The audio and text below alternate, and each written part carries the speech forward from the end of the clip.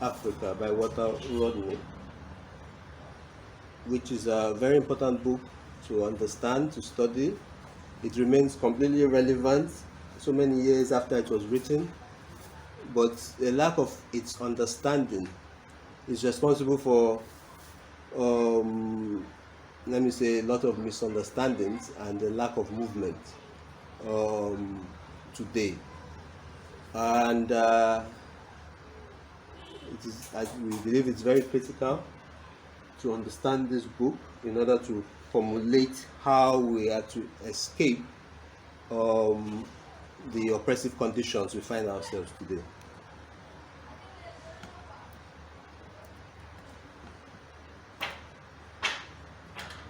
In quoting Che Guevara in the book,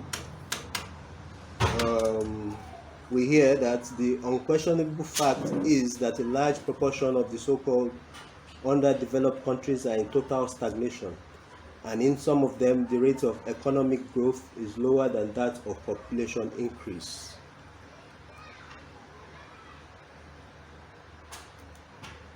These characteristics are not fortuitous, they correspond strictly to the nature of the capitalist system in full expansion, which transfers to the dependent countries the most abusive and barefaced forms of exploitation.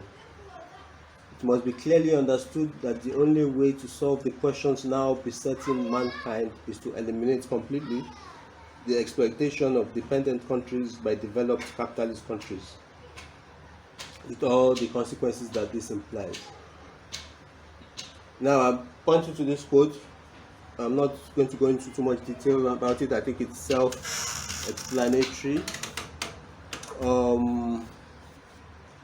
But there's this kind of belief these days that what Rodney is saying here, it's not necessary. The capitalism is okay, we can move with it, and as such, the problem we just have is having bad leaders. This is a lot of the discussion you hear today, and I think by the time we get to the end of this book, we will understand properly what capitalism means, why it's a system that exists to exploit other groups to the benefit of a few, and that development per se cannot exist from those who have been thoroughly exploited by capitalism by following the same template as was used to basically to exploit them and to push their development backwards.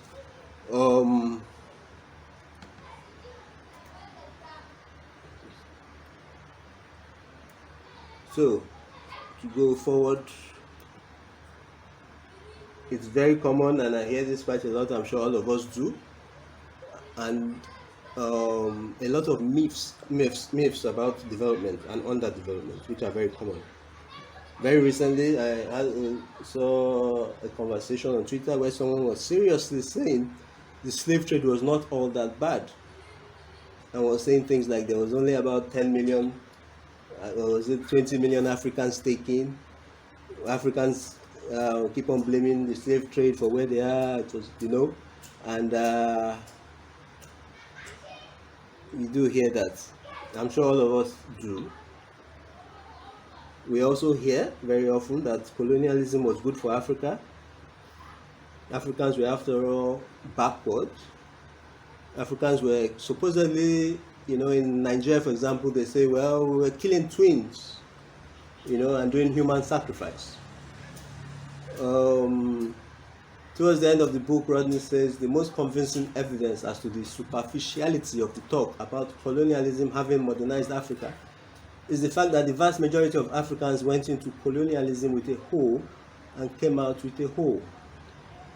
And there's a lot, of wealth of evidence about the level of development Africa was compared to Europe at different stages of development, where Africa was very definitely in advance of Europe, and in terms of practices, so-called barbaric practices, what we have seen in Europe certainly pales, certainly nothing to be compared with Africa. But I mention this now because it is essential to understand both slavery and colonialism. What was their impact exactly? To understand how do we get out of this condition. There's another argument that colonialism did not underdevelop Africa, because if it did, why then look at Singapore, China, and Japan, who were all colonized and are doing very well right now. A few examples, these kind of claims can only point to very few examples, which have no similarities to the to what happened in Africa at all. Aside from the fact that Japan was never, strictly speaking, colonized. China was colonized in a way, not exactly. Singapore has its own peculiar characteristics, how it serves the imperialist financial system. But these are arguments you hear, and it's very important to be able to understand what is wrong with these arguments. We also hear that European development was based on its own ingenuity, had nothing to do with its exploitation and thereby underdevelopment of Africa. I mean, this is the most illogical, most wrong argument. But it's very easy to make, because it seems as if Europe just developed based on the skills and abilities of its people. Looking through the history, and when we come to the end of how Europe underdeveloped Africa, we understand that the raw materials and labor that spurred European development actually came from Africa. And Europe's development, capitalist development, would have been nothing without the colonialism and the slavery that it carried out. Apart from the fact that Africa contributed to its scientific development, which, and other aspects as well. But these are myths that we really need to challenge.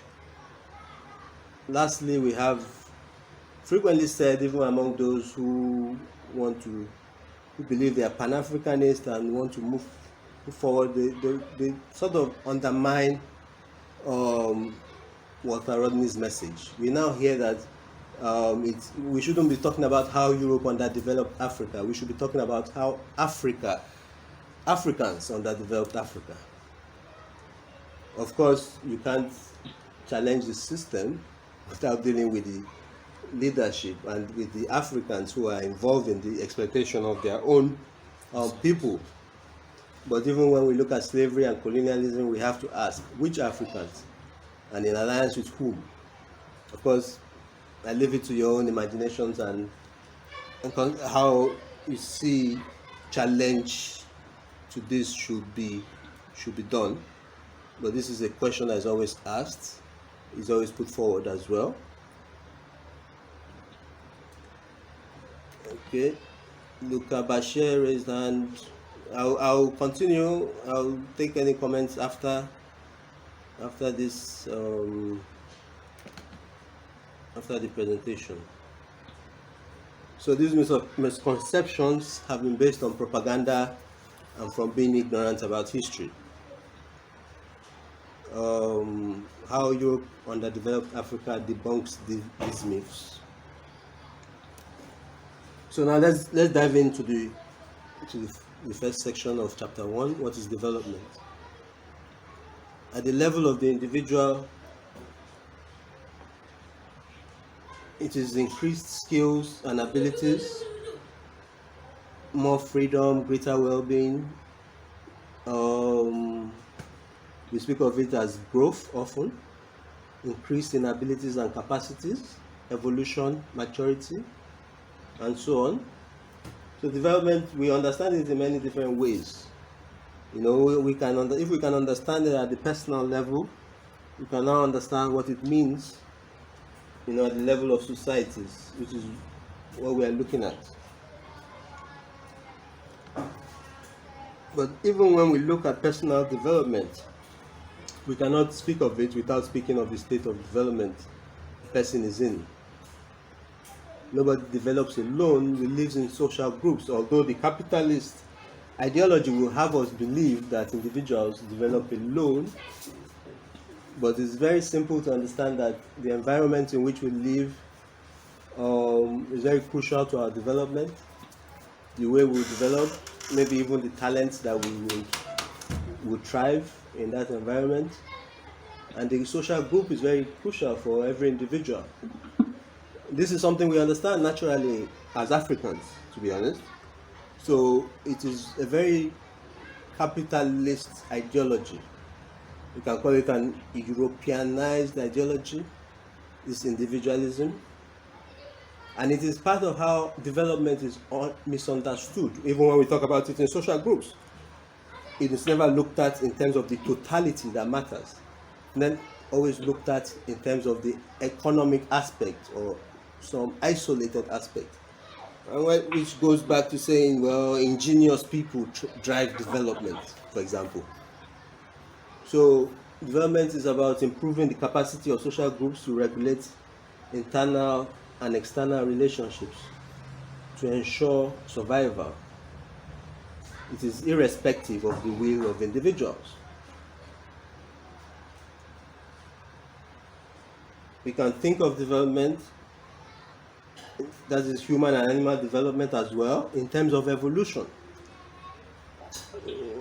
Evolution, I think in Rodney's understanding, as he comes to it, you can see that he takes seriously the undertone of evolution is there.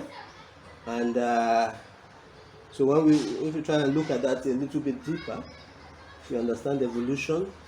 Species evolve over time by improving their capacity or ability to survive in their environments, which is known as the process of natural selection.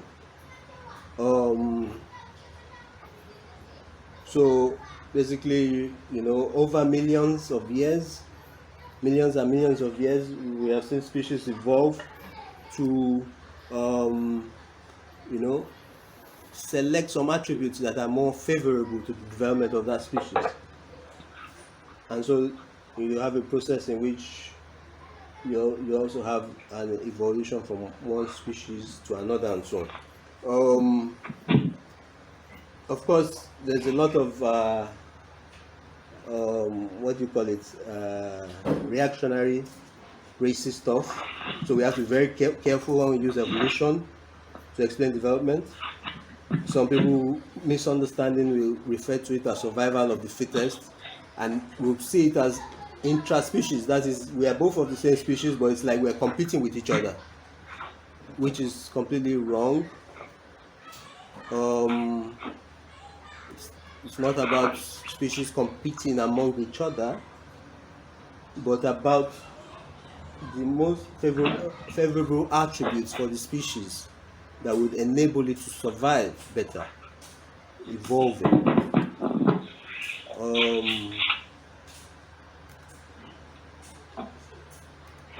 Okay. Somebody is there who's not muted, and I would rather not want to mute you myself, so please unmute yourself if you are not muted.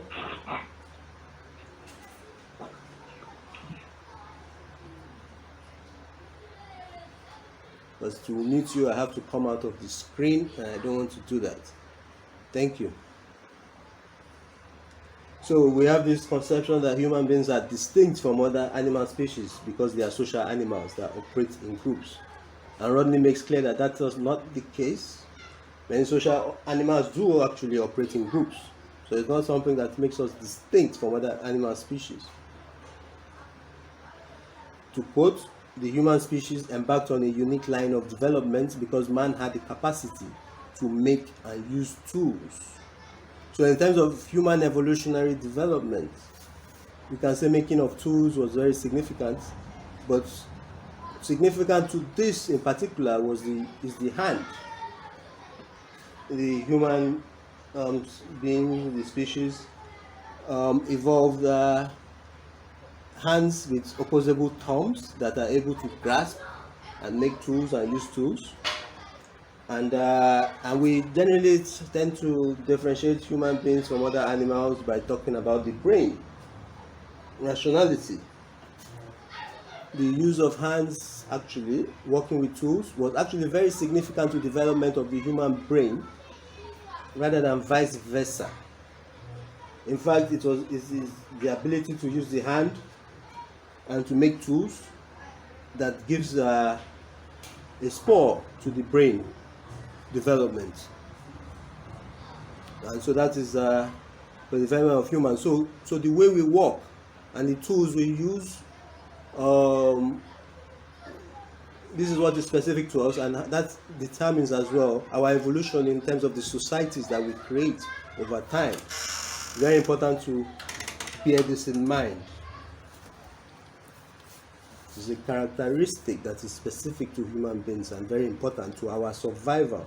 And that is what development is, surviving in the environment that we find ourselves and being able to survive against nature and being able to take from nature and to use it in a way that is beneficial to us, which also is in a sustainable way.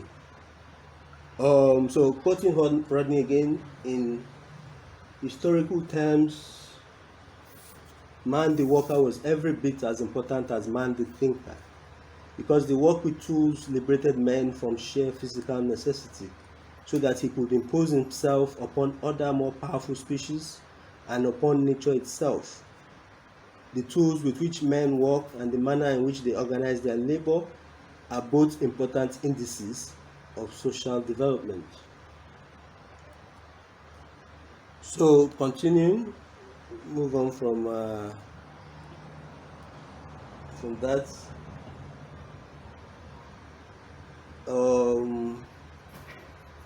Development is often used, like I said earlier, in a purely economic sense, although development is, as Rodney said at the beginning, many-sided.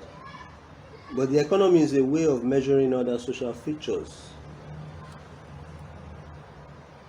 I just want to go back a little bit, sorry about that. I think it's also important when we're talking about evolution to understand that Rodney refers to it that we move from stone tools, the use of stone tools, to metal tools, to improve the way we let us say extract from nature. We move to hunting and gathering, to agriculture, and then to organizing work in a social way through the participation of many. So you can see the trend of development. We can put it as more efficient ways of producing to meet our needs.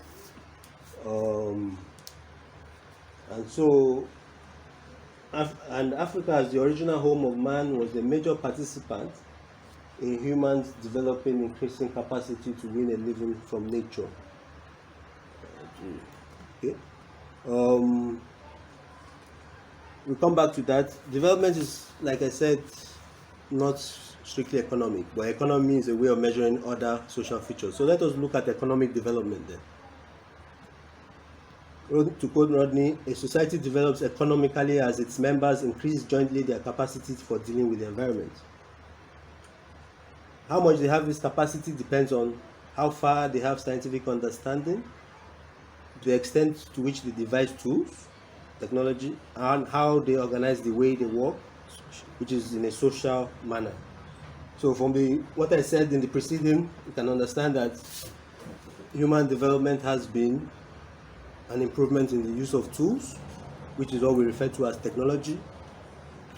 This also, of course, tool making and tool using signifies scientific understanding, and the way we organize how we work. The more we work in a social manner, the more improved or better we can produce, basically. So that the fact that we are naturally beings that operate in social groups is important.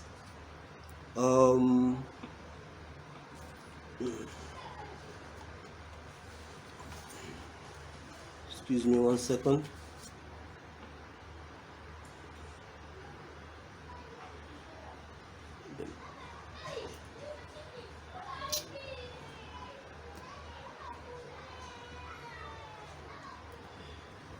Okay, so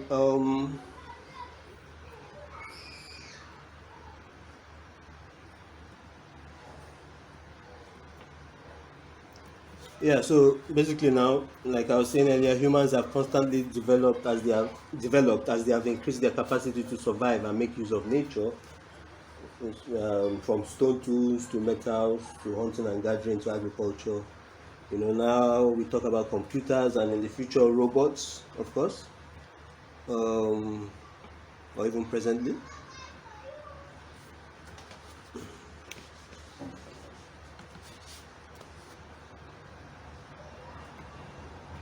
Oh, apologies, please. Struggling to add new people.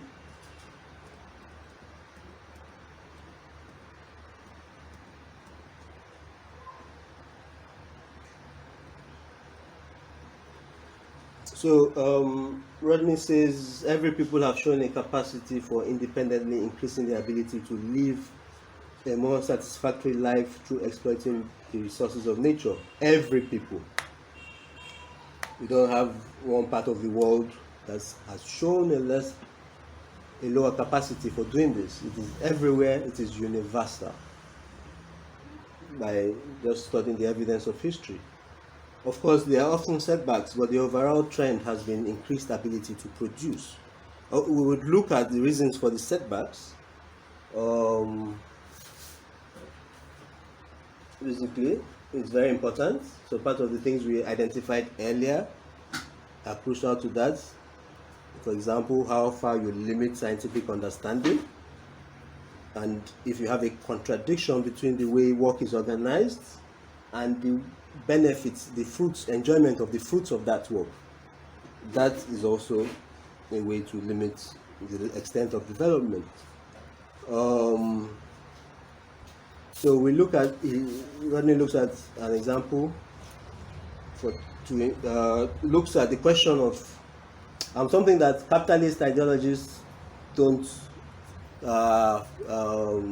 figure, they normally exclude, is when you have the increase in the quantity of something, it leads eventually to an increase in the quality or character of something.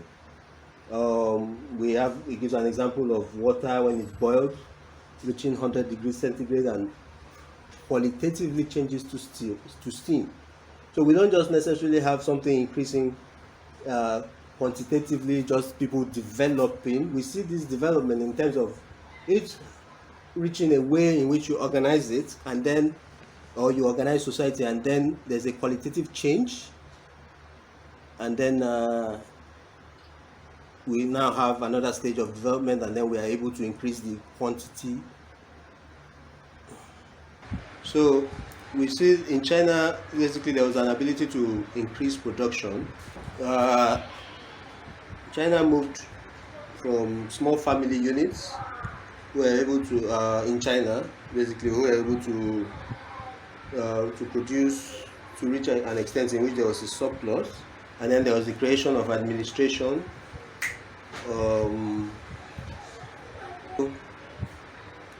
The increase of the production of a surplus led to the creation of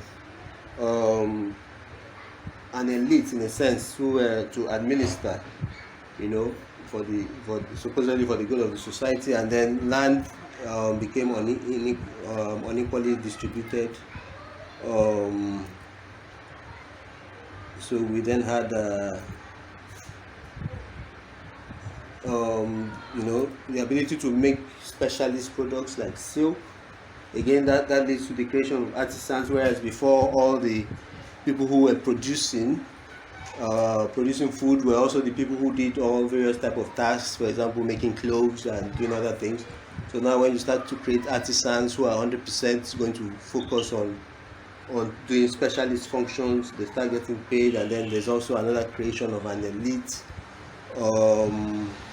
But the key thing is that the elite, in terms of the distribution of land, either through the state or through some individuals who we understood as feudal lords, in a sense, that now develops, and then you have a new type of society which is able to produce more than the previous society, but which now leads to the creation of new inequalities, that it reaches an extent in which they produce, and then the production is no longer, development is no longer progressive, and then a new form develops. This is what we saw, for example, in Europe. But there's from quantitative changes, we have qualitative changes. So um, to move on,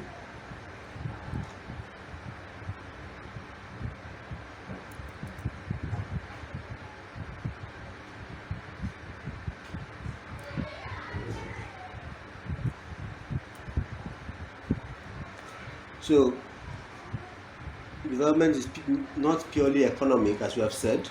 Changes in the economy lead to changes in organization of society, which in turn have an impact on economic development. We understand this as something we refer to as base versus superstructure. The economic base leads to the creation of a superstructure of ideologies, political systems, and so on. So for example, we have the ideology of feudalism, which goes with the feudal economic system. If a few own the majority of wealth, then it is to be supposed that they are divinely ordained to be superior to the peasant, and social customs arise such as deference, prostrations, etc.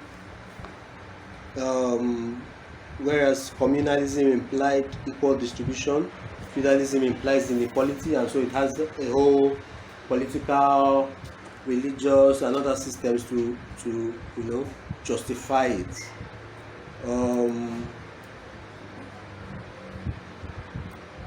So when we look at European society, and note that this is just European society, we have a movement from communalism to slavery to feudalism to capitalism.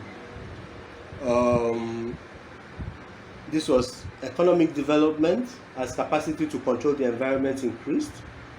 It does not, however, signify any improvement, moral improvement.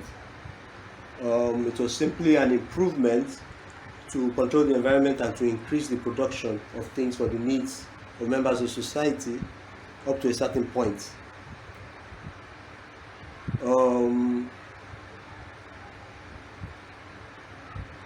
So, but in this process of change, what we just outlined is specific to Europe. It didn't actually happen in China as such, where you had a move from feudalism to capitalism. It didn't happen in Africa as such. But there's always, as you say, there's always a specific trend of development.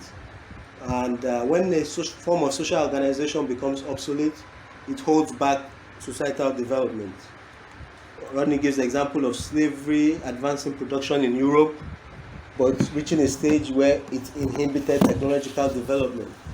The slaves were also constantly revolting, which was making the system expensive to maintain. So a new system developed, which was cheaper in the sense that you had something like slaves, but who were not chained as such. So the level, the constant revolts changed. The ideology came in to justify those who were to be exploited, which is all because feudalism and the serfs became the new slaves. The development of a powerful bourgeois class, capitalist class, led to the overthrow of feudalism. We saw two classes in conflict, and this happened, violent conflict in Europe. In terms of Africa, Rodney says we do not see the same pattern in earlier African development, exactly like this. Instead of revolutionary change, violent revolutionary change, changes have been gradual, and the existing classes have not been fully formed. In my own opinion, I would say if you look at Yoruba land, you see the development of feudalism alongside some form of slavery, and communalism, which remained maintained in some form alongside. In some cases, we refer to this as proto-feudal, but not quite feudal. Not quite feudal everywhere. And we saw similar across Africa, in a sense. We also look at, when we look at development, we have to look at the process of uneven development, where some societies develop at a faster pace than others. Different societies don't necessarily develop at the same pace, but that doesn't mean some societies just develop in a fast pace. You have times in which some societies develop faster and then slow down, and other societies develop fast and slow down. Part of the explanation is environmental factors. People live in different environments. They have different challenges that they need to meet different times, and then you know um, we look at Egypt, which was way ahead of European development and other African societies at its time. This is an example of uneven development. In my view, however, Rodney underemphasizes the contribution of other African societies to Egyptian development. Yes, if you see something like the Black Mummy of the Green Sahara, you understand how West African societies were very crucial in the development of Egyptian science, like mummification.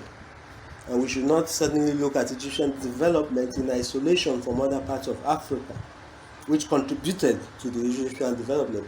Just as the same way, if we look at Europe, we could take parts of Europe, at the pace of development, but other aspects of Europe interact and benefit from benefits that fast-growing or fast-performing society, but also benefit from the other societies around it. But also confer benefit to other societies. So if we look specifically at capitalism and development in Europe,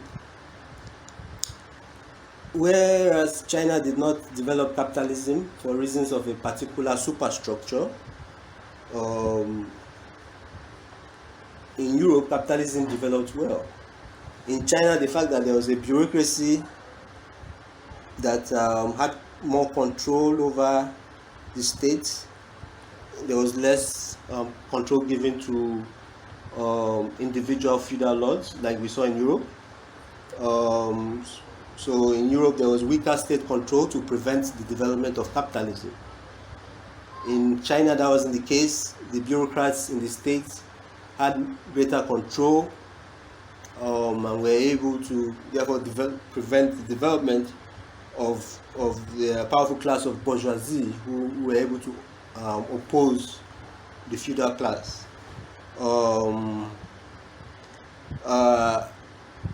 Rodney doesn't also say it, but colonialism and slavery was also key to the development of capitalism in Europe to enable cheap mass production and thereby huge profits for the capitalists. We cannot discuss at all the development of capitalism without discussing colonialism and slavery, which is the difference, I would say, between Europe and China in this case. Rodney says eventually the inhabitants of the whole world paid the price for European capitalist development after the price paid by workers and peasants of Europe. But the fact is, from the very beginning, the whole world paid the price through colonialism and slavery, and I think this is understated. For capitalism, there was Rodney says the continued exploitation of peasants and serfs was the price paid for capitalism, and this was not a development per se from the point of view of the oppressed. So we have to look at development in that sense. Even if we are saying capitalism is developed, we see how it is not a development for the whole of society, and after some time it now becomes regressive for the vast majority, and now it has subjected the majority to misery and is therefore an outmoded system, just like socialism was.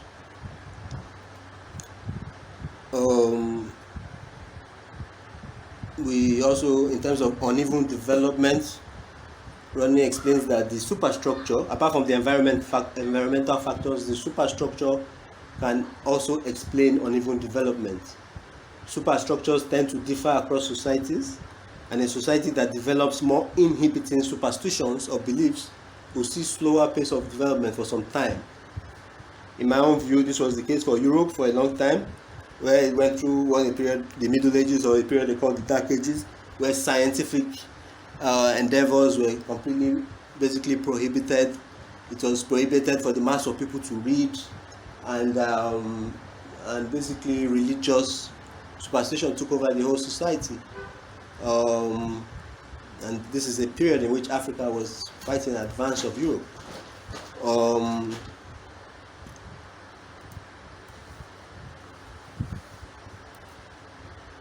So, continuing to discuss capitalism, having reached an advancement beyond feudalism in increasing the well-being of significant numbers of people, capitalism's focus on profits clashes with the needs of people, and capitalism becomes regressive for development.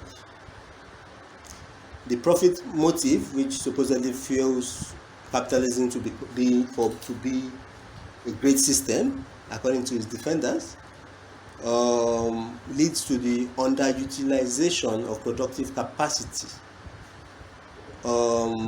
Basically, you have a lot of production not done because there's you can't sell it to people who have basically been pauperized. They can't afford to buy those products. It also creates an unemployed mass, and basically it needs to keep the price of labor low, which means you create a scarcity of jobs. So people have to compete for jobs, and you keep the prices low. And so there's a lot of unemployed people. You have periodic economic crisis inherent in the capitalist market system. People exploited by capitalism cannot afford the goods it makes. There's a lot of poverty. We have racism everywhere, as we have been seeing in the last few days. And of course, we have subjugation of much of the world, because imperialism and capitalism go hand in hand. There's a thing that people don't actually understand this point: imperialism and capitalism going hand in hand. Without imperialism, there would have been no capitalism. And continuing capitalism requires the cheap input of raw materials and labor. So it is natural that in order to be able to make cheap goods, mass produce cheap goods, capitalism must ensure that it continues to get cheap raw materials as well as cheap labor. When we look at capitalism versus socialism, see that all phases of development are temporary. That's what we have seen throughout history. Now the defenders of capitalism want us to believe that capitalism is here forever. The time when the Soviet Union collapsed in the early 90s, you had people writing books like "This is the end of history," meaning that capitalism has triumphed and it is here forever. But the reality is that capitalism has reached expiry, and it is no longer a force for development. A society with greater economic capacity will have negative impact on one with less capacity. So what we have seen throughout history as well is that, with the ability that capitalism had to develop a greater economic capacity, where it had an interaction, I use the word interaction loosely, it was not an interaction, but let us say it invaded the place we call the Americas now, the Caribbeans. You had a negative impact and almost full extermination of those people. Of course, the same thing happens in terms of Africa and the interaction it has had with Africa, with Asia, and so on. But we see then that countries that have had to suffer this kind of exploitation and from capitalism, other non-capitalist countries, the way they have been able to develop greater is by skipping full capitalist development and moving to socialism. So we saw the example in terms of the Soviet Union, which developed massively, coming out of a semi-feudal or feudal state, jumping capitalism and developing tremendously to become a superpower. We saw the case of China, though of course we can talk about China being capitalist today, but that is a discussion for another time. But we see these two examples, and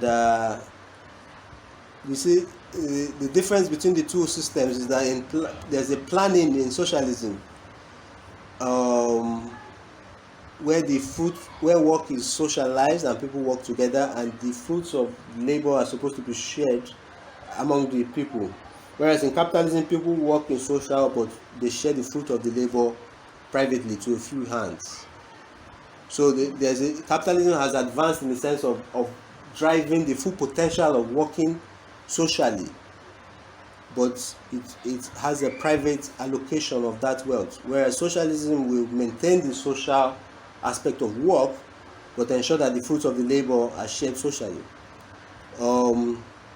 Quoting Rodney says that socialism has advanced on imperialism's weakest flanks in the sector that is exploited, oppressed, and reduced to dependency. In Asia and Eastern Europe, socialism released the nationalist energies of colonized peoples. It turned the goal of production away from the money market and towards the satisfaction of human needs. It has eradicated bottlenecks such as permanent unemployment and periodic crisis, and it has realized some of the promise implicit in Western or bourgeois democracy by providing the equality of economic condition which is necessary before one can make use of political equality and equality before the law. Of course, like I said earlier, we must address the issue of the Soviet Union failing eventually and China adopting capitalism. Though we must accept that capitalism under China is under what we can call planned development, which is quite different from Western capitalism, which is quite unplanned. And the failure of the Soviet Union illustrates the power of imperialism against one state which was isolated in the world, and only brings to bear the importance of internationalism for socialism, that there must be unity among the oppressed nations of the world, because capitalism has been able to finance military force and economic force to prevent socialist countries to succeed, as we see even with cases like Cuba and Venezuela. So to summarize and to end, when we talk about development, it should not just be economic development, although that is how capitalist ideologies will frame it. We talk about GDP growth, for example, as the major indicator they use for development, which is quite insufficient for understanding development. Development should not just be an increase in quantity, like we explained earlier, but should show qualitative change. Development must imply satisfaction of the needs of the population. It must explain how societies develop from one way of organizing to another, so as to qualitatively increase capacity. Economic development in one part of the world is based on imperialistic domination of other parts, which cannot be seen as development for the exploited.